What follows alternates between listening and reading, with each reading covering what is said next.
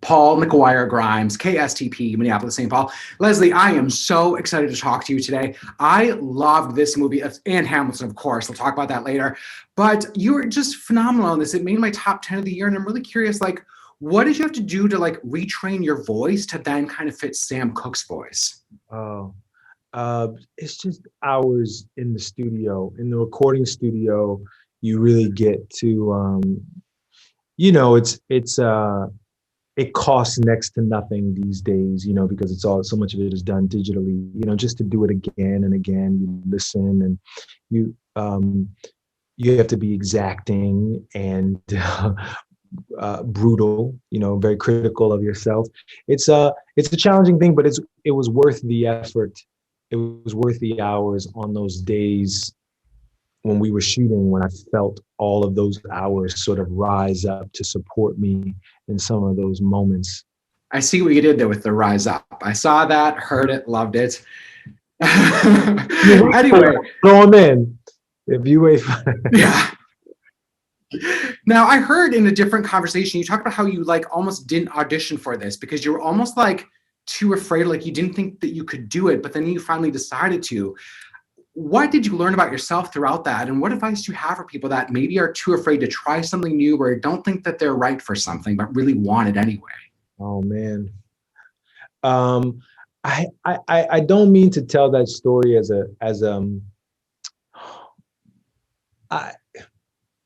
the truth is there are things that most of the things in my career I have to fight for. I bang on doors all day, every day, and I'm trying to get these parts. And most of them I don't get, I have to say, that's just the nature of the odds, the luck of the draw. I don't get most of them. Sometimes I can get them. And even fewer times is a situation like this where somebody sees something in you that you don't even see in yourself. So I can't take any credit for it. I think that there is that thing that happens. There's just sometimes a grace that falls on your life where you are gifted something, where you are given something that you didn't see or expect. You push as hard as you can, and every now and again you have to surrender, because beautiful things can happen in the surrender as well. And that's what this was. One of the things that really resonated with me are the scenes where Malcolm is kind of shaming Sam Cooke and how he's using his voice and his platform to make change. And I think a lot of people are trying to figure out, how can I make change in my own community? What advice do you have for people that are wanting to be active but are too afraid of that shaming, or they don't really know where to start? Oh, I think that, wow, what a great question. I just happen to think that it always starts local. It always starts local. As close as your house. You start by, I think we start by educating ourselves and the people. We start by having difficult conversations and honest conversations with the people that are closest to us. We look for ways to get plugged into our communities. Whether it's the school board or the PTA, or, you look for, I think we look for ways to make a difference right here, and then you hope that your territory is enlarged and that you can expand your influence over time. And you also hope that your territory expands as your usefulness, as your sort of competence grows. Because you don't want that thing to expand farther than you are able to be proficient. Yeah. I love that answer. Oh my God.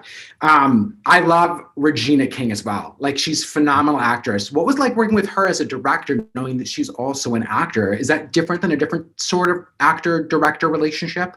Yeah, I mean, she's bringing not only that just that exquisite taste and that nose for truth that we've grown accustomed to seeing from her in front of the camera. She brings that same instinct to her work behind the camera. So there was we had a trust. We had a tremendous trust, and she always made me better. She kind of, just because of her empathetic spirit, she kind of played Sam right along with me. She played Malcolm right along with Kingsley. So her notes, her thoughts that she's giving you are from her walking the journey with you. So Mhm. she was just always right on target with sending me down a more truthful path or a more entertaining path or funnier path. Beautiful. When you get to do something like Hamilton or this, where there are history lessons I feel so resonant today, what's the best part of that experience? What do you hear from audiences that go and watch these two? History is context. History is a context for what we're seeing all around us. There are warnings and omens everywhere you look for the present based on what happened in the past. And so Thomas Jefferson said that a morsel of history is something so rare as to always be valuable. So for me, taking on these the history projects, you know, Hamilton, Harriet, One Night in Miami, it gives me more than a morsel. It um, it just gives me a working knowledge of some great moments and great men in American history that give me context for what I'm seeing and a little bit of a roadmap of how to chart my path forward. Beautiful. I've loved talking to you today. This has been so great. I can't tell you how many times I've just turned on Disney Plus just to watch you sing Wait For It. It just brings us to like tears because it is so beautiful. I can't even tell you what that experience is like watching you do that number specifically and all the small little choices that you make with your eyes or your hands and how you hold yourself. It's brilliant. And I love this movie. And One Night in Miami too. Like it's been a really great year for both of these projects. So thank you for that. My producer Christian saw you in Leap of Faith a while back and loved it so much that he produced that show here in Minneapolis as well a couple of years ago. So thank you for everything. We appreciate it. Well, I appreciate that. Thanks so much.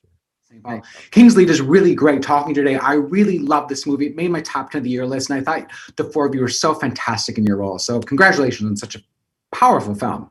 Thank you, Paul. You're welcome. What do you think that people get wrong about Malcolm X? I don't know. I feel like there was definitely an opportunity here to fix the anyone who has the really simplistic notion or perspective that Martin Luther King was good and Malcolm was bad. This was really an opportunity to dive into a side of Malcolm's humanity to really, you know, prove that that's not the truth and that Malcolm was so much more than some of the stereotypical sort of archive footage of the lacerating demagogue, that there was a father and a husband, you know, behind that image too. And yeah, this was a really interesting opportunity to work with Regina, but to play Malcolm to show him in a new light. So yeah. Speaking of Regina, I love Regina King as an actress, and I love that she's getting more into directing, especially feature films. Tell me about her as a director, and was it different working with her, especially since she already is an actress? It was a pretty spectacular experience I had working with her. Looking back now, I'm like, she really set me free, and she really allowed me to to find out who Malcolm was on the floor, and she just, her understanding of process and acting and how to get the best out of us, particularly in the emotional stuff, was a really just down to her deep sense of empathy and her understanding of the craft, and we were really lucky to have her, because I've never had that experience with someone who just knows how to guide and, you know, direct in that way. Oh, I love hearing that. Thank you for saying that. One of the things that really resonated with me while watching this was the conversations between Malcolm X and Sam Cooke, and the shame that Malcolm really had towards Sam with how to use your voice and how he uses voice and platform. What advice do you have for people out there that kind of want to ignite their own activism, but don't know where to start or too afraid of the shame as well for saying the wrong thing, doing the wrong thing? What advice do you have? I don't know, really. I'm certainly no expert on activism or how one should should go about using their platform.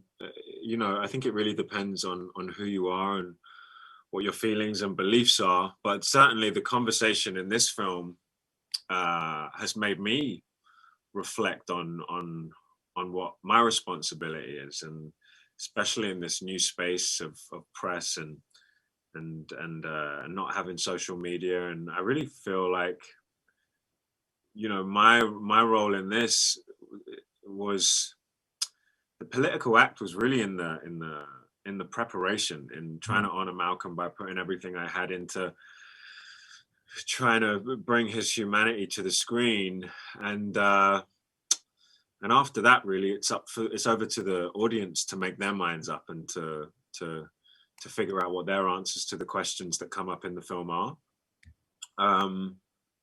As much as I'd like to think that sound bites and comments on Twitter and Instagram and press headlines are useful, there's something quite disposable about that as well. You know, it feels like sometimes they can be empty. That maybe that's not always the best way, but maybe sometimes it is. So in answer to your question, I don't really know. You know, I don't really know. But you had a great answer there. Like, it was fascinating just kind of listening to that response. So that was great. I wish I could talk to you more about this movie. I really loved it. Congratulations on your fantastic performance. Congratulations. It was great. Minneapolis, St. Paul. Aldis, it is really great talking to you today. I really loved this movie, One Night in Miami. It made my top 10 of the year list. So congrats on this movie and The Invisible Man, because that really got to me too. So kudos to you about these projects. Thank you very much. I appreciate that. Yeah. Now I am not a football person. That's a weak spot in my life. But I didn't know a lot about Jim Brown. What would you want people to know about him? What surprised you most about Jim Brown? The thing that surprised me most was his proclivity for business and understanding the importance of spreading that education within the Black community at such a young age. His command of understanding what was going on culturally and his place in it, and how to use his position to help, you know, his people. I saw so many different interviews and heard different speeches that he gave on cultural issues, topics about economics. And, you know, at such a young age, given all the success he had so early on, he really was quite impressive, because he knew what to do with that success. So I think of him more as a businessman and an entrepreneur than I do an athlete, because he was a stellar athlete. He still has records unbroken. I mean, he averaged 5 yards a play. And when it came to football, like, nobody's doing that. So you give the ball to Jim, and you're going to make your first down, you know what I'm saying? But he knew how to control his own value and transition that to something else. And he did so very successfully with entertainment. So, you know, I think of him as sort of a business magnate in that sense. And he just really was. He's a brilliant mind. Nice. Now, I heard you didn't get a chance to talk to him because he is still alive. You didn't get a chance to talk to him before filming, but he has seen the movie, I've heard. What did he think of it, and how do you feel now that he's seen it? I heard that he liked it. I heard that he approved of my performance. And for me personally, it's just a big weight lifted off my shoulders, because, you know, it's just him watching somebody play him. I could only imagine what I would feel watching somebody trying to pretend to be me. You know what I mean?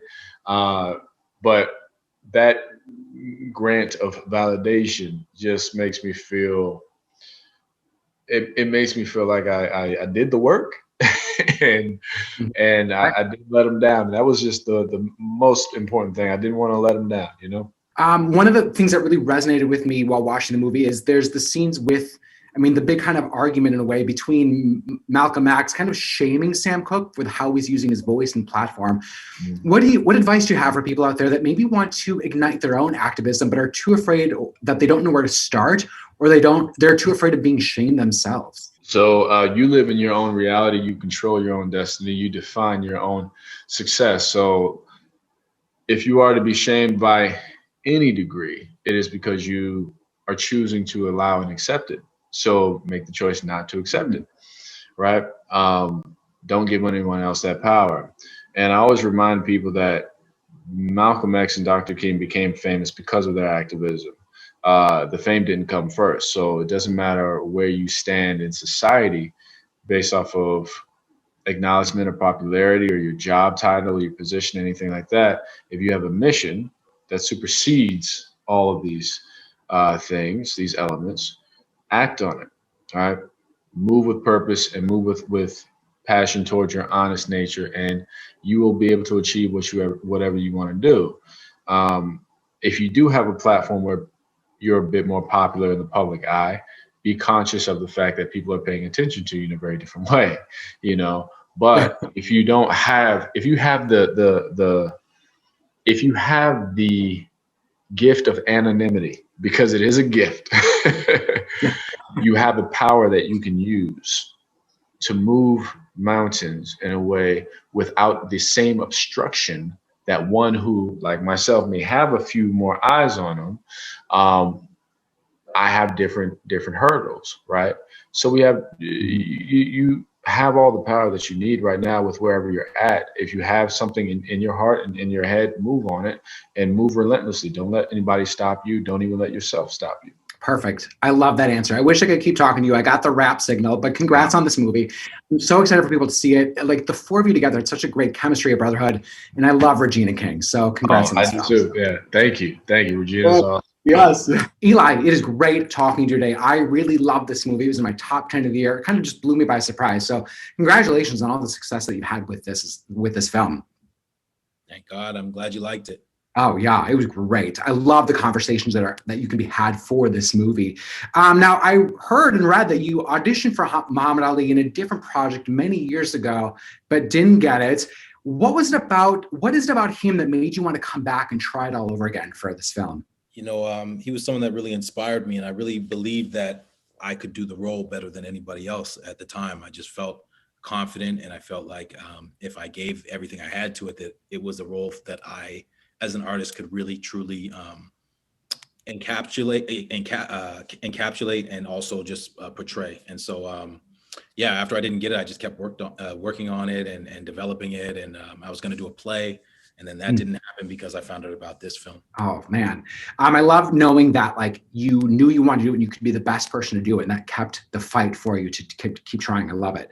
Now, did you get to talk to Layla Ali or any of his relatives before the film, or even since now, and what did they think about it? I've heard what they've mentioned things on social media, and at one point, a friend of mine sent a picture to her, and she said she liked what she saw and things like that. But no, I haven't had a chance to have any conversations with them. Now, one of the things that really resonated is seeing the conversations between all four of you, and really like Malcolm X kind of shaming Sam Cooke for how he tries to use his voice and platform to, you know, incite change. What advice do you have for people out there that want to kind of ignite their activism, but they don't either know where to start, or they might be too afraid to be shamed as well? Yeah, I mean, I always just feel like the best way to be an activist is just to be actively involved in your own life, living with integrity, with character. You know, I'm a Seventh-day Adventist, I'm a Christian, and so I believe in living by your principles. I think that's the best way to show activism, and also to just show love and compassion for other people. I don't think it's always about you know, shouting or marching. I think you make a lot more of an impact based on how you treat people and how you live your everyday life. Good answer. Can you talk to me a little bit about the training process for this movie? Because I know you've done some boxing and fighting before, like on Riverdale. Of course, I've watched all 4 seasons. Did you still keep it up? Was it something that came easy for you? I haven't kept it up in a while just because of all the gyms are closed, you know, the Corona situation. But yeah, I was doing it for quite a while, and I really loved it. I love the fight game. I watch all the fights, and I follow a lot of the boxers. And yeah, it was something that I picked up pretty naturally because I'm an athlete. I played other sports, and so it was something that I kind of took to pretty well. But when you're playing the greatest athlete of all time, and it's his natural sport, there was obviously a large learning curve, a very steep learning curve. And so it took a lot of work, but it was definitely worth it. I love Regina King as an actress, and I love that she's directing this film. Can you talk to me more about what the process was like with you and her together? And is she a different kind of director because she is an actor herself? Yeah, so with me and her together, just our connection and our work relationship, it couldn't have been better. It was very smooth. I mean, like you said, the fact that she's an actress herself, she was able to see a lot of things, a lot of tells and actor habits and things like that, and call them out and help you to kind of ground yourself and just recenter you around the truth of the moment and the authenticity of the moment. So she was really great for that, and also just her technical prowess and skills are second to none. She's really fantastic. Yes, I love hearing that. Thank you so much, Eli. It was great talking to you. I really love this movie, so I'm hoping more and more people get a chance to see it and have those conversations in their own real life. Thank you. I really appreciate all the support, brother. Thank you.